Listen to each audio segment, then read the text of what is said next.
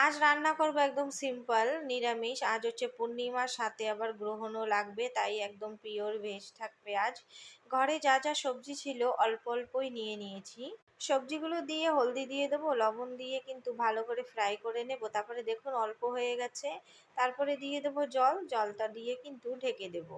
ঢেকে দেওয়ার পরে আমার সবজিটা কিন্তু অনেক সেদ্ধ হয়ে গেছে। তারপরে আমি একটা পাত্রে এটা নামিয়ে নেব।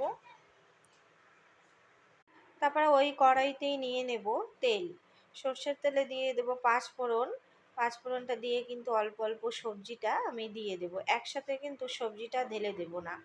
এইভাবে কিন্তু নিরামিষ তরকারি রান্না করলে বেশ ভালো লাগে। তারপরে এতে আমি একটু নারকেল বেটে দিয়ে দেবো যেন একটু স্বাদ হয়। নিরামিষ তরকারিটা কিন্তু বেশি মাখো মাখো করলেই ভালো লাগে, কিন্তু আজ আমি ডাল রান্না করিনি, তাই কিন্তু আমি একটু বেশি করেই ঝোলটা রেখে দেব। আমার নিরামিষ তরকারিটা কিন্তু রেডি।